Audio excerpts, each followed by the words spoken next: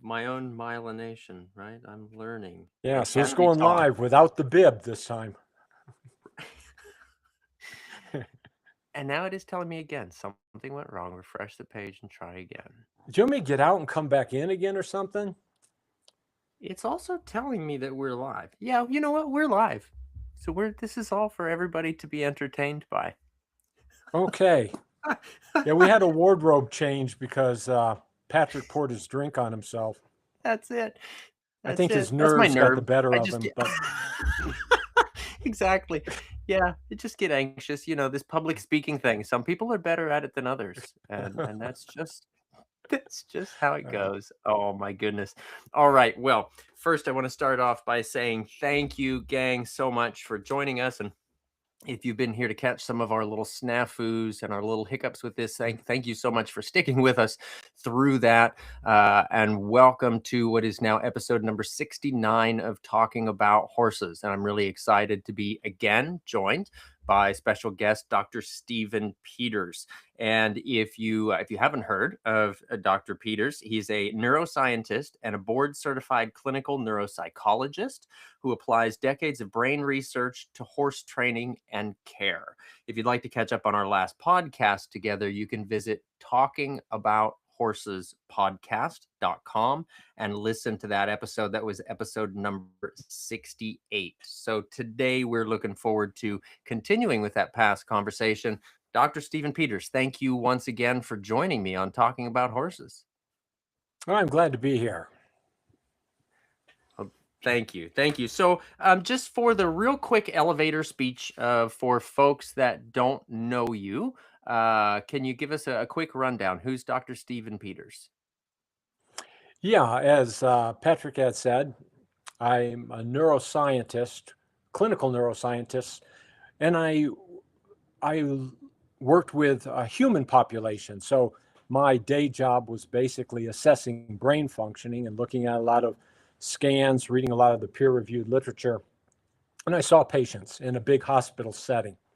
But I also always had horses, and naturally, I began to look at them through a neurological lens. How does their nervous system react to things? How does their nervous system come back down into a homeostatic, natural balance? Um, how much can a nervous system take? All those things that we would look at in humans also applied to mammalian brains and specifically to horses in terms of my interest. So I began dissecting out horse brains. I've continued to do that in my horse brain science courses because I found it very helpful to look at structures, not to have to see them in a textbook drawn or with big labels.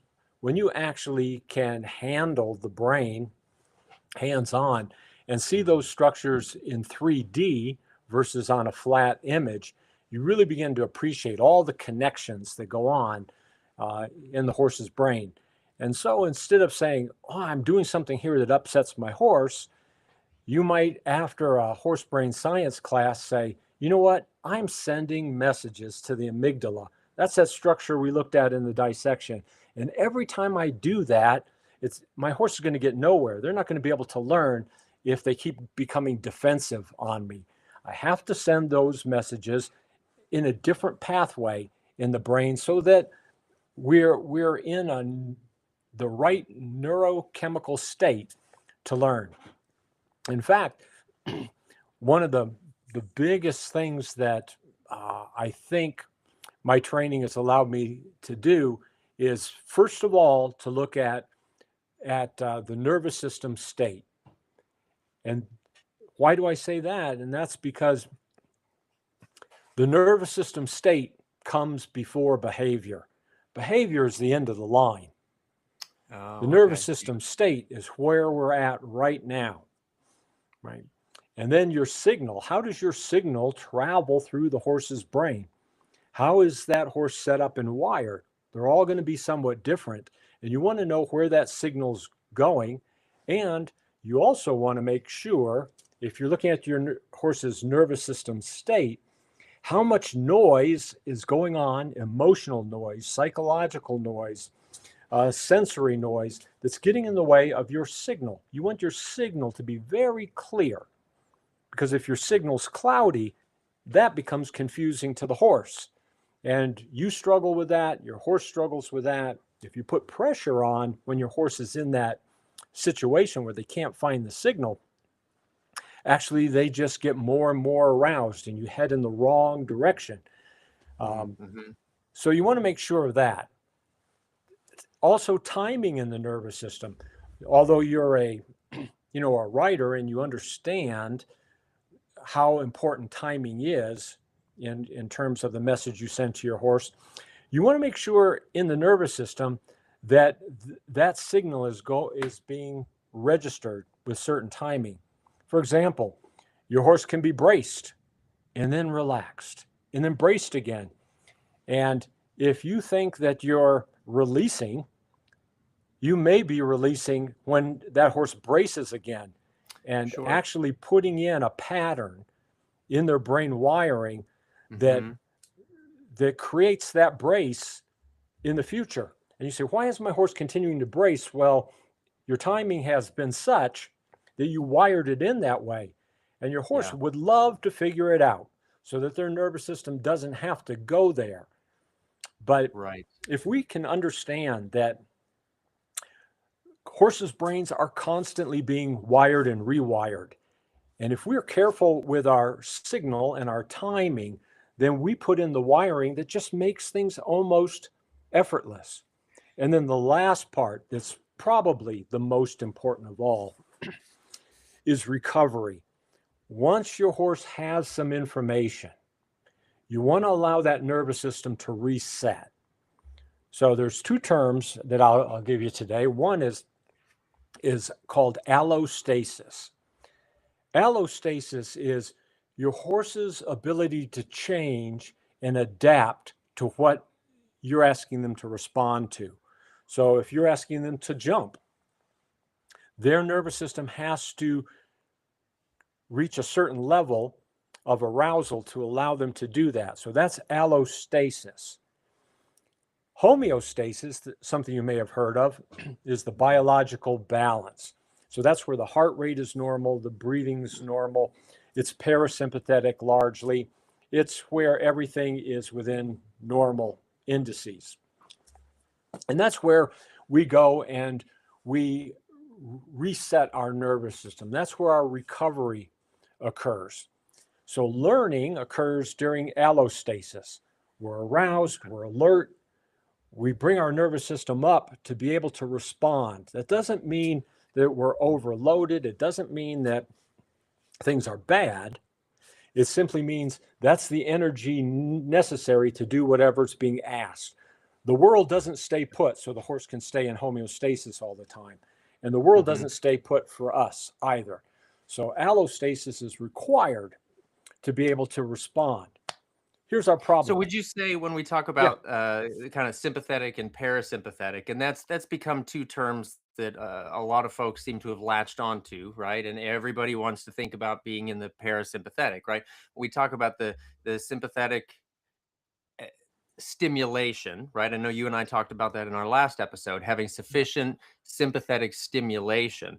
Would you say then, if we were to compare the two, that allostasis is the line between the two, right? Where you've got enough of balance of both for learning? Yeah, you're coming out of parasympathetic mode and you're getting enough sympathetic arousal, right? So, and there's something called allostatic load. Every nervous system can only endure so much. So this is going beyond the threshold. And so you may have seen those things where trigger stacking or stress gets compounded and we don't let the horse recover. So then they come apart when they go over the top. So it's like the Warwick Schiller's, 13th or 14th rabbit comes along and everything comes apart. Right. So the allostatic load is basically that nervous system's ability to tolerate that level of arousal. So if we do not allow them to come back down to homeostasis and reset, if we don't allow that recovery, one, we don't consolidate information very well. And then, but secondly, you develop what's called an allostatic load, where we've exceeded the amount that that nervous system can tolerate. And that's when your horse is likely to check out on you, to numb out, to go somewhere else, or to start to become irritated. So it can go a couple of different ways. So the Okay. allostatic load is something we need to work with the horse so that over time they're able to tolerate more and tolerate that allostatic load.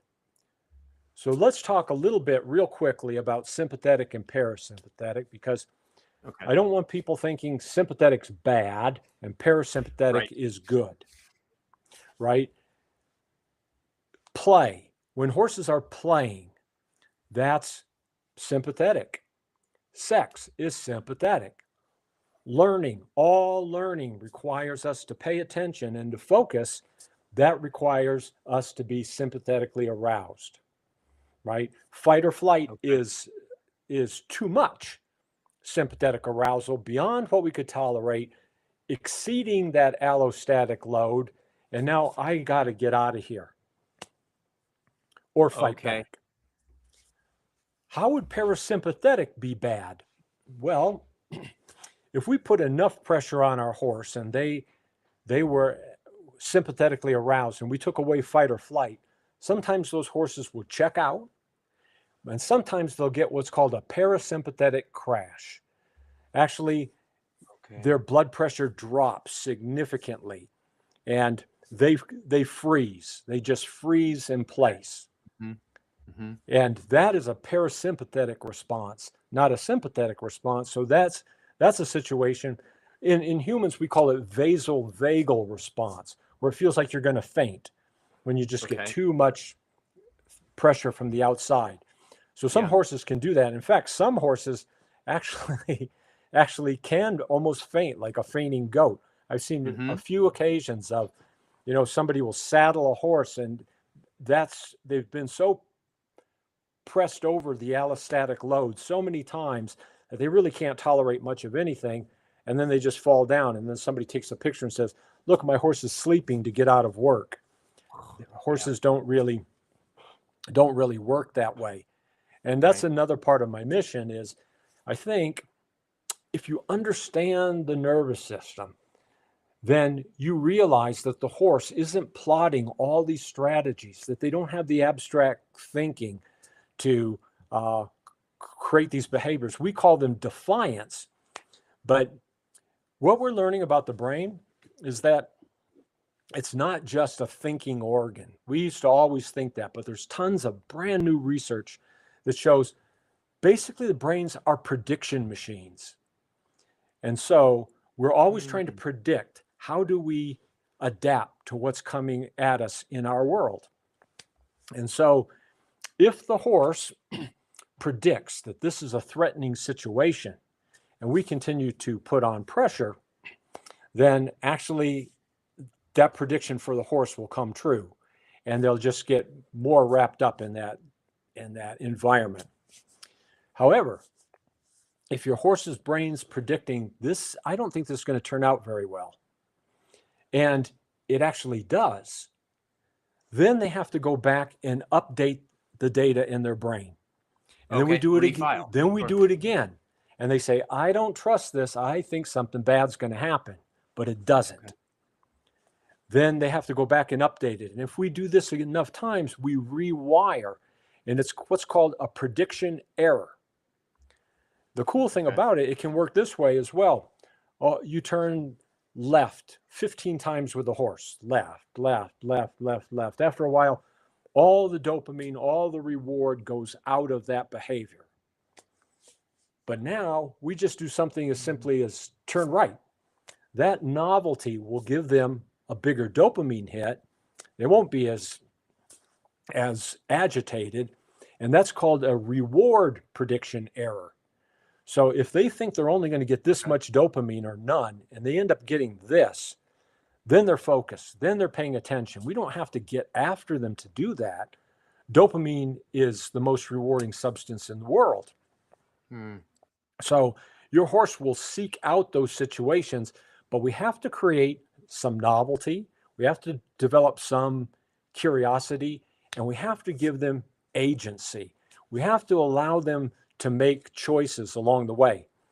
And you'll likely see something in the future, if you haven't already, called the 5 domains that's being looked at for social license, etc. And this isn't just about, making life tolerable for your horse.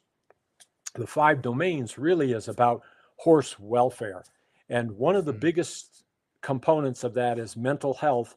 And what's linked to mental health is allowing your horse some agency, having your horse some say-so in its world.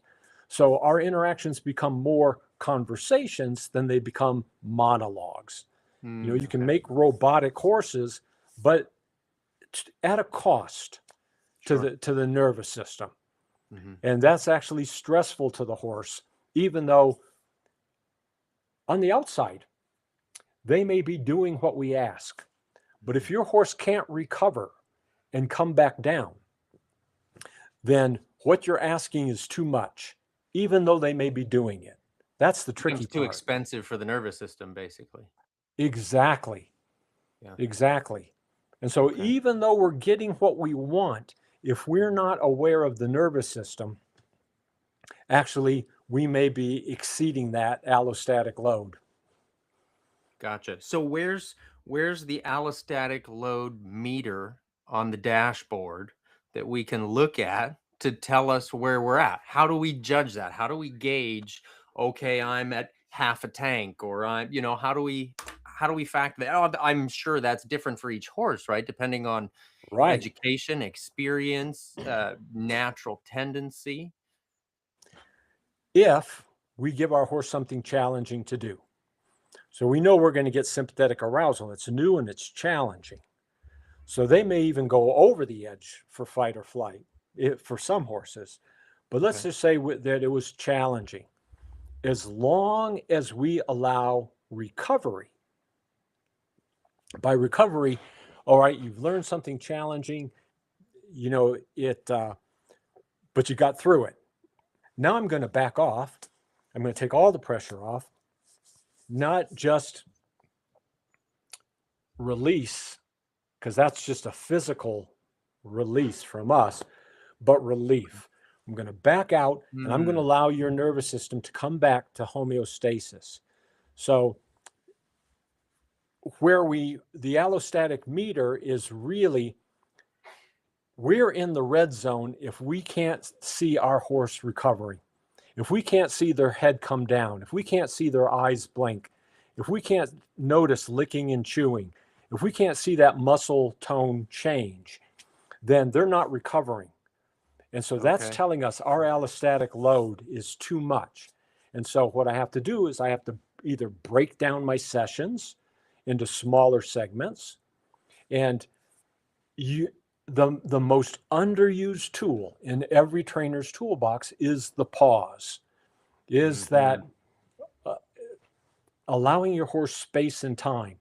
And we know this about every brain that exists. You need space and time in order to learn. You know it if you crammed for an exam you never studied for all semester long, then you're going to try to do it all that night. How much of that information do you hold on to a week later? Right. Hardly any. You might have it for the exam, but then it's out the window.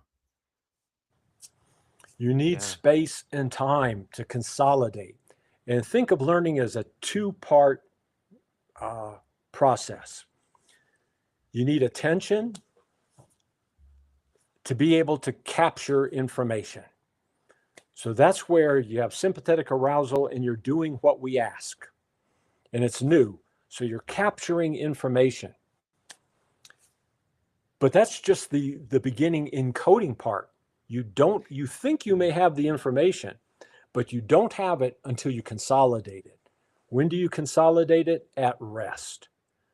So if we're not allowing for rest periods, what those old cowboys used to call dwell, if we're not allowing for that, we are not getting what's called a hippocampal replay. I'll explain that in layman's terms. Your hippocampus lies about even with your ears. your horse has two hippocampi as well. What the hippocampi will do, and this is the same structure that gets damaged in Alzheimer's disease. That's why it impacts memory. Oh, okay. At any rate, the hippocampus, after it's encoded, after something's been encoded and brought in through our attention, through the frontal areas in the brain, it gets sent to the hippocampus. At that point in time, we don't want any outside interference. That's why we allow the horse to rest. While they're resting, the hippocampus will replay what that horse just learned. The same thing happens to us. We might have sat through a class, heard some stuff. Yeah, that's very interesting. But until we slept on it and woke up the next day and said, now the pieces are starting to fit together. But if we would just load on more information, then some of that earlier information doesn't have an opportunity to get replayed by the hippocampus. So I guess what I'm saying is that when you've given your horse something to learn, you want to get out of the way and allow the brain to process it, because the brain knows how to do that better than you do. And it can do it 20 times faster without the same fatigue, without the same agitation. Just let it replay. But we want to be in charge. We want to, we want to be the ones making that happen. I guarantee you cannot do that better than the brain. There you go. So then when we're allowing this opportunity, when we're getting out of the way and we're giving the opportunity for the horse to rest and digest, to reboot, to reset, what is that looking like? And I just want to make sure that we can clarify this for everybody. When they go out to the arena, is that horse stops, wait for the yawn, wait for the diaphragmatic breath, wait for the blinking? Does all that have to happen? Or can that also be, I'm riding a dressage pattern, working on a difficult maneuver. I give the reins and let my horse walk forward and kind of stretch and go into that active rest phase as they're walking. Do they have to pause, like fully physically pause to go through this, or can they do that in a relaxed walk state? That's an excellent question. Here's what we find. If you take a human being and you put them in a functional MRI tube and you give them a task to do, now they're done with their task, and you back off, and what happens is we'll see that hippocampal replay. It'll replay what happened previously, and even the areas of the brain that were used in that task, let's say it was a motor task, will still light up in the brain, even though the person's just lying there. If I go up and I slap the person on the leg, and don't slap your horse. If you slap the subject on the leg, boom, the replay goes away. If I say, hey, how you doing in there? The replay goes away. The reason why is we don't want any outside information competing. Gotcha. Now, like no further questions. Perhaps if you're the type of rider that can just ride and give your horse, almost no information to compete. But think about it. Your horse is still balancing you. Your horse is still making decisions. Does he want me to keep walking or want me to not walk? So actually where you're likely to see it best is if you've had a couple of really good sessions and you've had breaks in those sessions where your horse has been able to relax. When you put your horse up, hopefully you're going to turn them out in the pasture with other horses and they're going to graze. That would be the ideal situation. So you turn them out in that type of situation because you don't want to put them in a more stressful situation after they've learned. Put them in a box stall, isolate them, etc. I mean, that may be what you have, but if they're turned out with other horses and they're not doing anything but being a horse, what you're not seeing and what you're not seeing overnight, if they're not stressed out enough that they can get REM sleep, that's another problem altogether. That's another rabbit hole. But if your horse can get supine and get REM sleep, has a sentinel horse there to guard for them, for example, and they feel comfortable enough to get to sleep, what happens during sleep? all that information gets consolidated. All the interfering information goes by the wayside. They get hippocampal replay. So when you're in bed sleeping, that's when most of the learning is going to take place in your horse. Gotcha. And so when people like, Tom Dorrance used to say, you put them up good and you can get them back a week later and they're twice as good, right? Or you can put them up bad and they're twice as bad. So their experience is where you have to take responsibility. In fact, I would say that to every one of your listeners.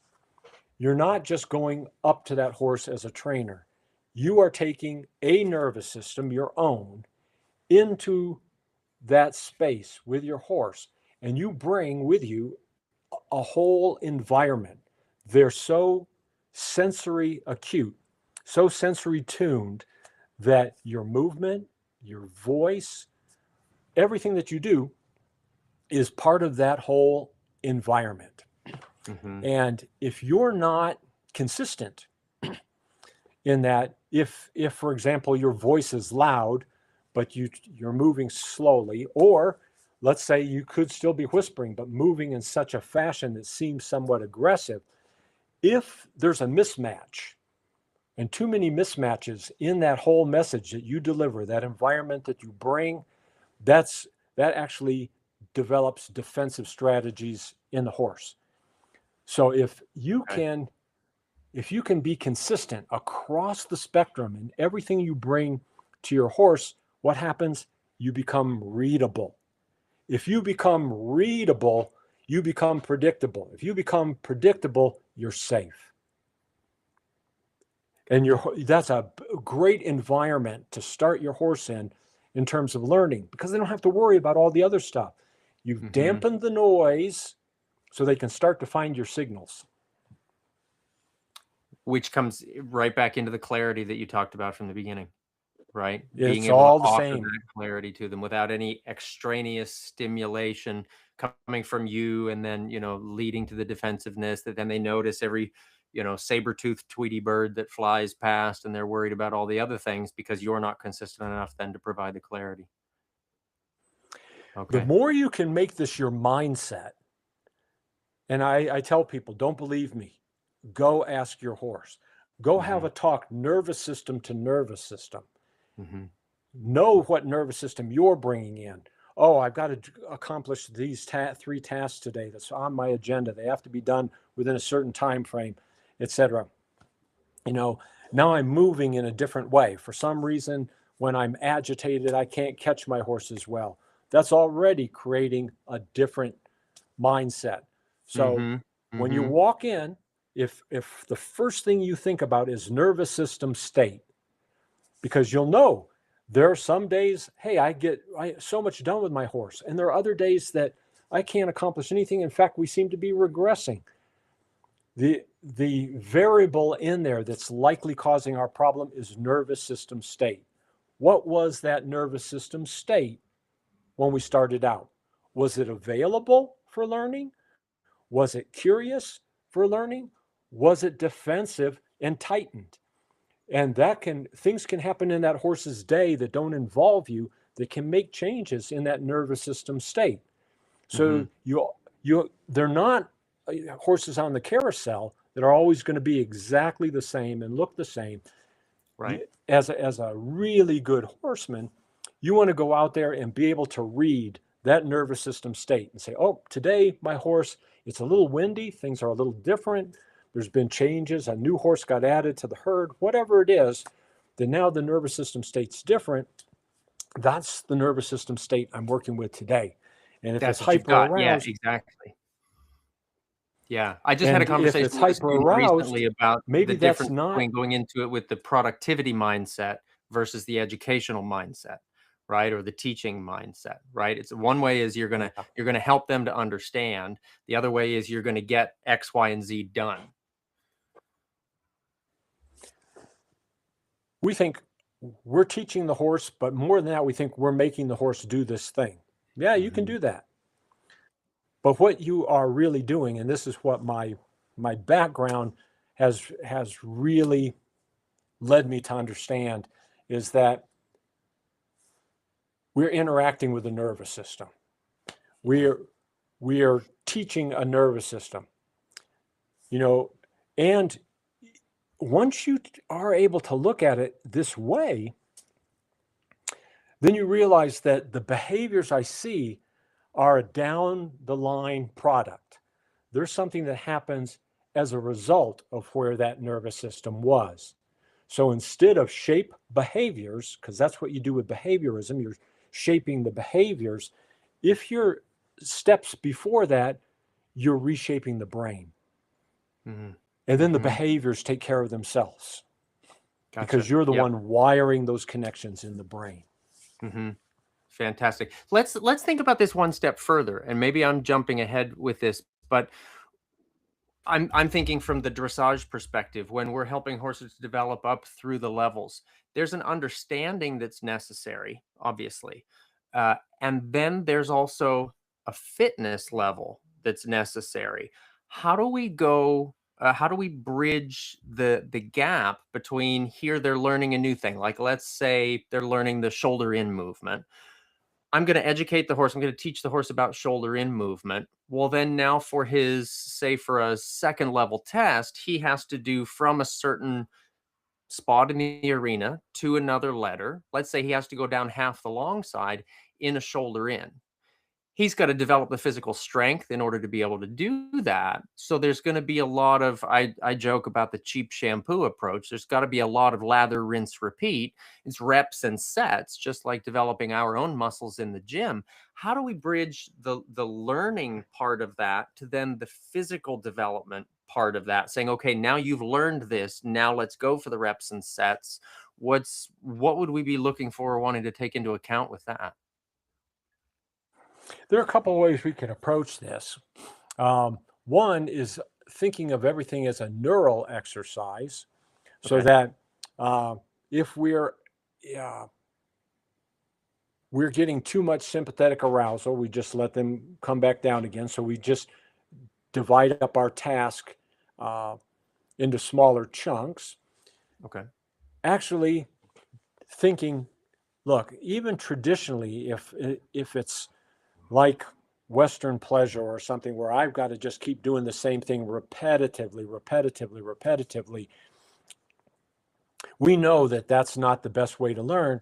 So Mm-hmm. instead of doing it in a way that is a method or a technique, perhaps just adding to your own training where, you know what, on the fourth time, we're going to do it to the right. On the second time, we're going to do it to the right.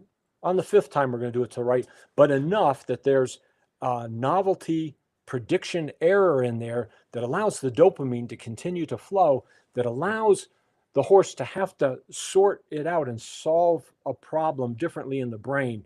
This creates a neuroprotection, actually something called brain-derived neurotrophic factor. If you can be creative enough to create curiosity in your horse. I was asked to go to the Spanish riding school in Vienna, and there is really, that's really a traditional approach, 450 years of tradition. Mm-hmm. And to their credit, they were very interested in how do we keep our horse interacting with us? How do we keep our horse looking alive? We could do this robotically, but how do we maintain this Mm-hmm. freshness and aliveness in the horse? And it's being aware of the nervous system. And novelty is a big piece. And if your horse is getting agitated, you might want to go back to an exercise that was easier, allow them to do it, give them relief and release for that, and say, you know what, for today, that's where we're at. And at the riding school, their training, I went and I watched their training. Their training sessions are very brief. They're just in and out. Mm-hmm. It's not Right. a lot of drilling.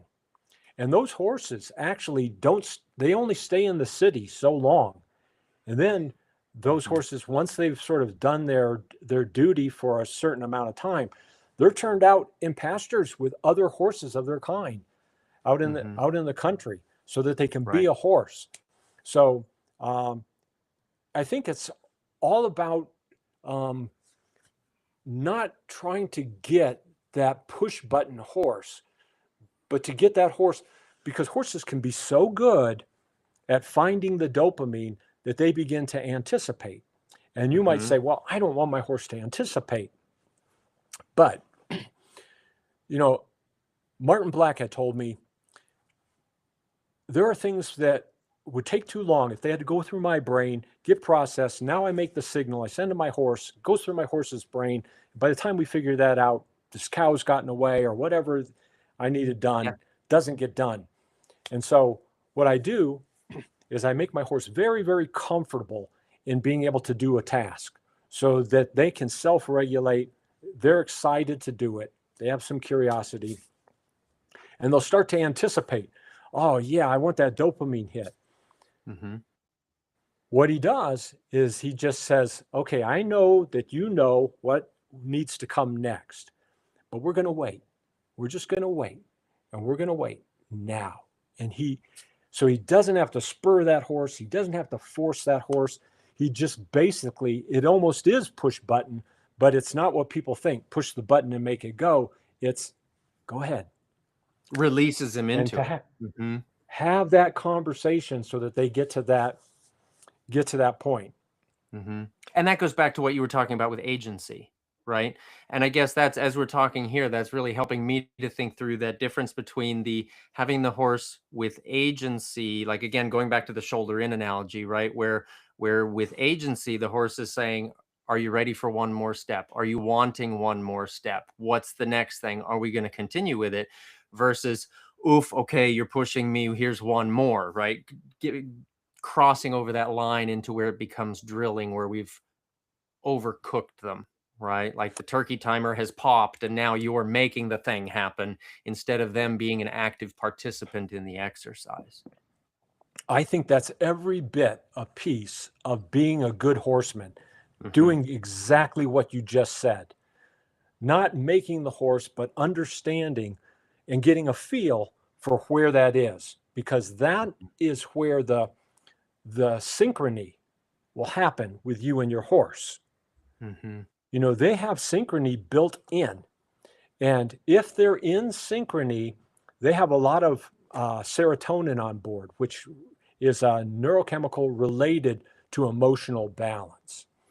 So watch them. If they're moving together in a herd, how many are in the same footfall? Watch a foal following its mother in the same footfall. So this synchrony is built into their nervous system. If you can get with that synchrony, where you're not pulling them off balance, where you're not demanding and constantly overriding, if you can think of ways to use that natural synchrony that's already in the horse, in whatever task you're asking that horse, then once you're in sync, emotionally they balance. They're not going to get agitated, and because it feels good, and they're not going to get too sympathetically aroused. And that's when somebody is observing you and thinks, I can't even see where Patrick's given that horse a signal. It's telepathic. It must be. How could he communicate with that horse? Some of the times you're just getting out of the way of that synchrony, and it's like a dancer. You can manhandle and it doesn't look so good, right? Or you can be a total clod with no timing. You step on your partner's feet, and that doesn't look so good. But have you watched me dance?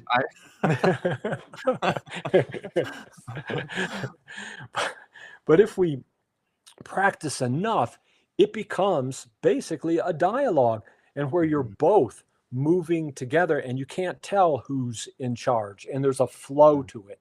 And I think that's the beauty. One of the beautiful things about dressage is if you can find a horse that looks alive and isn't robotic, and you and the horse are in a flow, right? And that's already built in. So most of the time it's our awareness of how not to have our ego intrude and we have to take charge and make, or not have our self-identity take a hit because, oh, that horse is doing something a little slower than the other horses. So, you know, that horse is making me look bad, but actually taking the time slower. This is a big one. I guarantee you, slower is faster. You don't have to go back and repair all the things you tried to get through quickly. Hmm. Slower is faster, because once the foundation is there and your horse trusts you and feels good, then the world's your oyster. You can do anything. Those horses become super learners. Yeah, absolutely. Absolutely. Taking this into another spot, what about those moments when a horse is very sure about it, what it needs to do?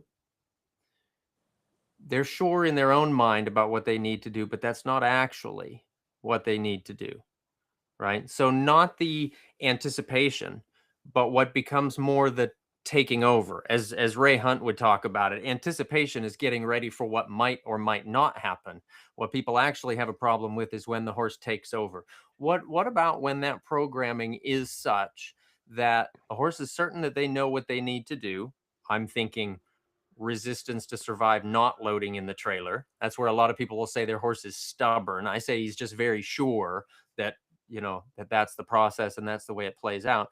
But if a horse is very sure about what the thing is, how can we best interrupt that and help them think about it on a kind of in a different way, in a different pathway, whether it's a movement, an exercise, or something like loading in the trailer where they've been taught to resist, taught to pull back, back away, that sort of thing.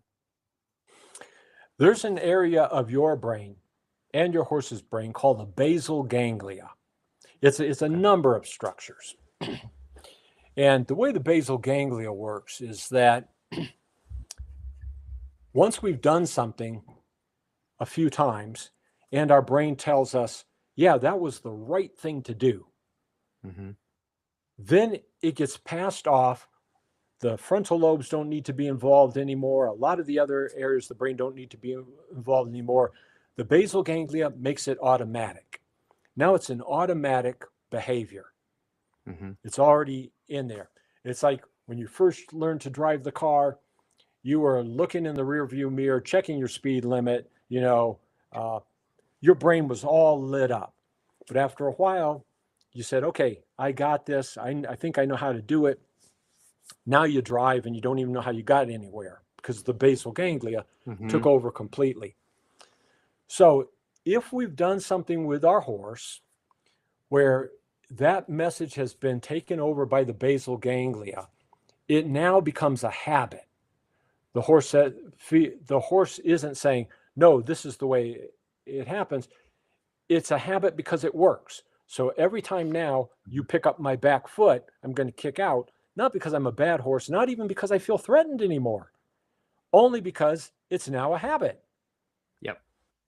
So what we have to do is then go back and say, okay, where did this habit start? And how can I create actually a pathway that's going to be more attractive to the horse? Hmm. And so your example of loading on the trailer, our task then becomes, all right, how can I create the habit of where you want to get onto the trailer? Because your job then is rewiring, not fighting with the horse, not Hmm. fighting with the nervous system, because that's going to be stressful for you and your horse over time, right? Right. But going back and saying, okay, how can I set this up so there's a bigger dopamine hit? How can I set this up so there's more agency for my horse to just try a Hmm. different pattern?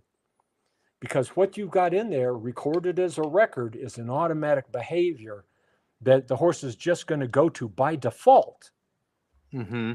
Right. and Right. almost no thinking involved. Just the horse is going to be convinced this is what I do because it's always worked. And how many times do you hear people say that, right? When they're working with the horse, they're like, just try, just damn it, just try. Right. Mhm. So I love that. Yeah. I love that you use that word. Yeah. Yeah. So if you look at it as a neural exercise instead of a punishment, and then a punishment is going to be even worse, because when you put more pressure on, the habit gets more ingrained. You're Okay. just Okay. making it more ingrained, because what are they going to do? They're going to default to what's always worked. And then To what if the you put brain thinks pressure it on, knows best. then they Yeah. don't even Okay. think of the options. So sometimes when we get a horse scared, we shut down all their options. If you've studied for a test and you go in to take your test, and I put I put a bunch of pressure on you. Come on, hurry up. You only got 5 minutes to give me the answer on this. You know, it just leaves you. The only thing you know is the few things that you know really well. And then you'll say, you stupid horse, you know better. Not if we put on enough pressure that they don't have access to those options. So Yeah. So it's what we not have what to they know do, better, it's what they know most at that point, right? right. Yeah. So we find a new way of creating a habit that's different than the one that they've fallen into. And we're creative enough. And then we just do that enough times to send information down that pathway. You're sending electrochemical messages down the neurons and having them reconnect. And you're actually paving a different highway for that horse to take. But those habits are tough to break. One of the things we want to do is be aware of that process so that we're not inadvertently creating patterns we don't want and we put them in. You can do that join up thing enough times where that horse is coming into you every single time, and then lightning strikes and they're in your lap or then somebody says your horse is being disrespectful. Well, you've told them 37 times and wired it in to come into your space, and now you're trying to tell them not to. So you really have to now go back and rewire. And rewiring is always going to be more difficult than what you initially put in. Because once you have that pathway, neurons that fire together, wire together, once you have that pathway, your horse is always going to want to go back there. So it may take 20 good sessions of the new way to make up for that one bad thing you put in. Gotcha. Which again takes us back to where agency is so important, right? That it's a dialogue, not a monologue. Right. Yeah. Yeah. Oh, that's fantastic. I want to be super respectful of time. I feel like once we get on these rolls, we could talk for several hours. And I love it. This is so great. I can't wait for the opportunity to actually talk in person one of these days. I want to talk about a couple things though, before we start closing up the session. So I understand that you've got several clinics that you teach, types of clinics. And I want to talk about the collaborative clinics also, but I want to talk first about the clinics that you're teaching, because I've had several folks ask me, how do we learn more about this? So tell me about what you're teaching. Great. If you go, just a second. If you go to my website, horsebrainscience.info, you'll see our schedule of clinics and really what those clinics are all about. But the main clinic is a horse brain science clinic, where we get introduced to the horse's nervous system, just like Patrick and I have been talking about. We look at all the neurochemicals and their impact on the horse. We actually look at live work with horses so we can see the science applied. And then I do a hands-on horse brain dissection so that after we've learned about these things, you're not just reading about them in a book. You can actually see where all these connections are. So that's the Horse Brain Science Clinic. But over the years, people have said, I want a deeper dive. Well, I wrote the book, Horse Brain Science, which is actually a deeper dive. It's more, there we go, more the reference manual for this type of thing. But we've developed a level 2. And the level 2 course sometimes is given with one, sometimes given as a standalone. But we have people are able to join on as riders. So we top it off at 6 horses. And basically what you're seeing is that interaction between 2 nervous systems. And we're talking about what's actually going on with both nervous systems. And you are able to get a look at it. And if you're one of the riders, get a feel for you and your horse, what's actually happening in the nervous system. How do I influence that nervous system? And we'll have you do certain things that will bring those things to the surface so we can all look at those. So that's level 1 and level 2. I also do some collaborations. One of those collaborations is with Jillian Kreinbrain. So she does a functional anatomy type of course. what we've done is tack that on to equine neuroscience. And we've offered that at universities. So this year we'll be doing one at Colorado State University in July through their equine science department. And we'll have a wet lab for dissection, as well as, so we used to call this the whole enchilada because it was functional anatomy and the equine neuroscience. We're doing one in your area, Patrick. And so when you said we could go off talking about this for all hours, we can go to dinner afterwards and get a cup of coffee. And if you come to Danville, to Averett University, Averett in Danville, Virginia, on August 6th through the 10th, we're giving one of these collaborations.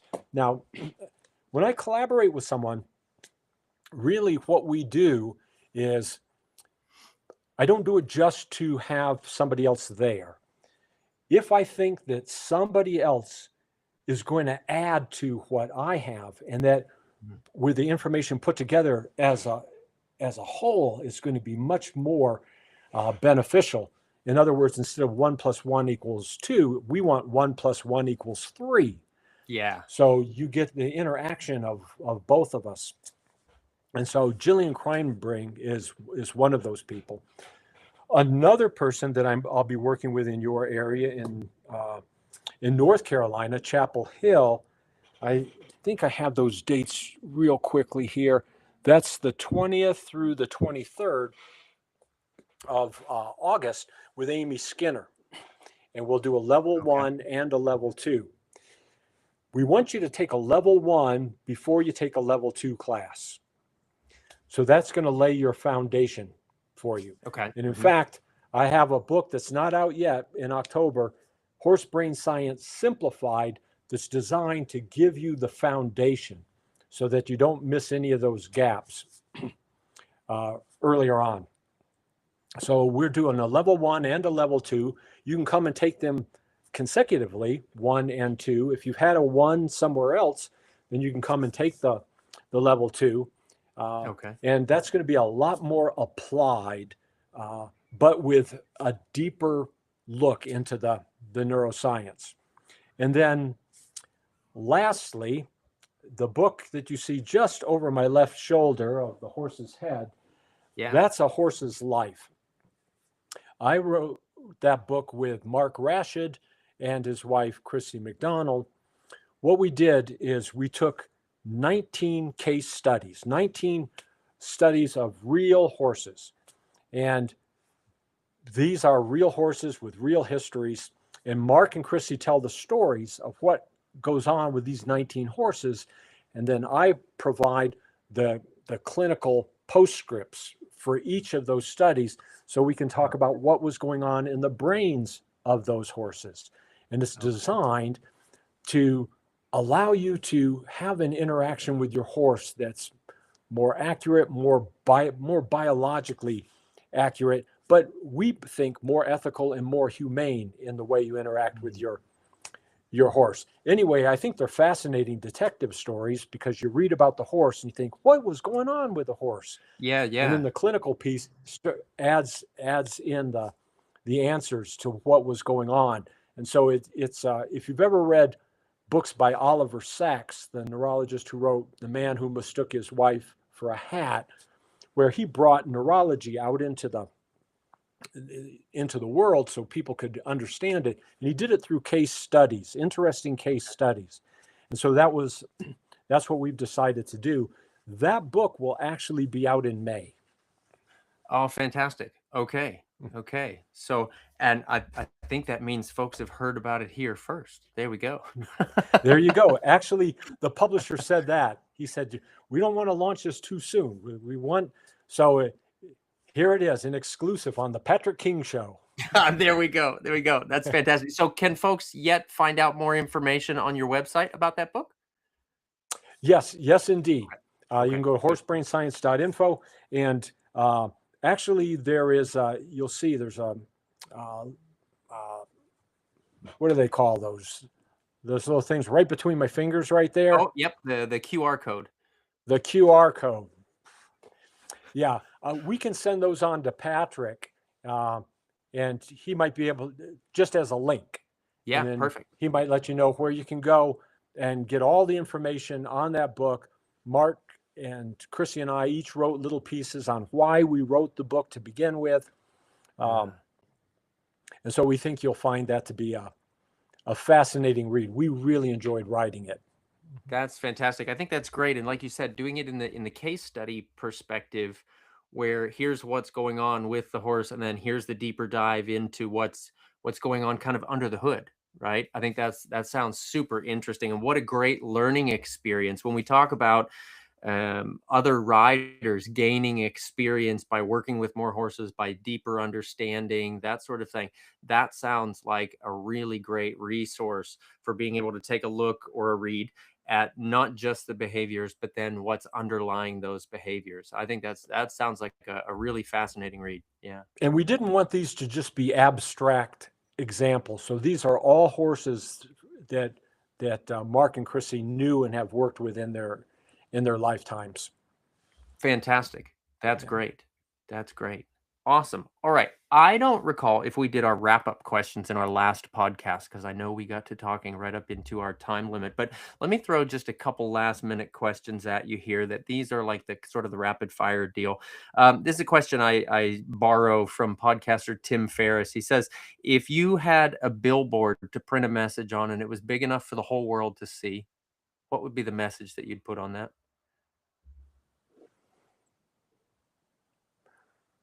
Learn to listen to your horse. There we go. I think that's great. And that might take us into the next one. If there was one thing that you could recommend for riders to focus on this week as a way of improving their horsemanship or their relationship with their horse, what would that be? Remember earlier in this podcast, I said that you're bringing in an environment, you're bringing in a nervous system. We get so focused on the horse. I would tell people, before you walk in this time, take a reading on your nervous system and learn to read your nervous system that you're bringing into the equation. It's two nervous systems working together. And so you'll know what you're bringing to the table every time with your horse if you have your own check-in. I think that's awesome. Fantastic. Okay, so just another recap here. Folks can find out more about you and your clinics and your schedule, the books at horsebrainscience.info. I want to thank you so much, Dr. Stephen Peters, for joining me again here for another episode of Talking About Horses. All right. Oh, and one last thing is Oh, that yeah. I've been writing blogs on Substack. So I've written them recently on yawning, on the nervous system, on learned helplessness, other things that you may have questions about. So go check out Substack, and I've got some blogs on there on relevant topical issues. Fantastic. And so now that you've said that, I'm going to have to learn what Substack is. Me and my fear of technology. But all right, that's fantastic. Again, Dr. Stephen Peters, thank you so much. And I look forward to another opportunity to chat with you and to share it with the world in the future. Thank you for having me on, Patrick. Thanks so much.